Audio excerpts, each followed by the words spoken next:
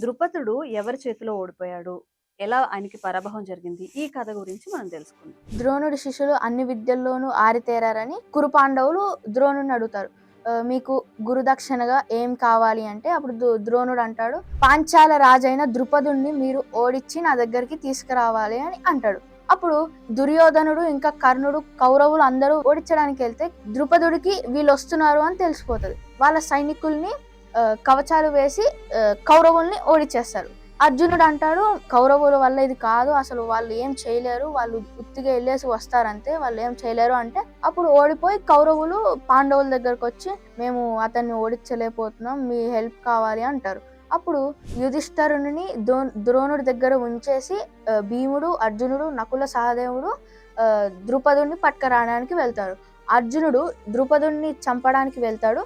భీముడేమో ద్రుపద సేన ఓడించడానికి వెళ్తాడు. అర్జునుడు భీముడు ద్రుపదుడి పైన భీకర యుద్ధం చేస్తారు. చివరికి అర్జునుడు భీముడు ద్రుపదుడిని ఓడించి బంధించి ద్రోణుడి దగ్గరికి తీసుకొస్తారు. ద్రుపదుడు అతని చిన్ననాటి స్నేహితుడు అవ్వడంతో ద్రోణుడు అతనికి గుణపాఠం చెప్పి వదిలేస్తాడు. ద్రుపదుడు అతని గర్వాన్ని వదిలేసి ద్రోణుడితో శాశ్వత స్నేహాన్ని కోరుతాడు. ఇదొక్క స్టోరీ.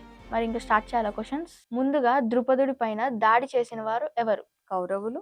ద్రోణాచార్యుడు అతని శిష్యుల దగ్గర గురుదక్షిణగా ఏమి కోరాడు? పాంచాల రాజైన ద్రుపదుణ్ణి ఓడించాలి అని కోరాడు. చూసారు కదా, మిమ్మల్ని కొన్ని క్వశ్చన్స్ అడుగుతా, ఓకేనా? ద్రుపదుణ్ణి ఎవరు ఓడించారు?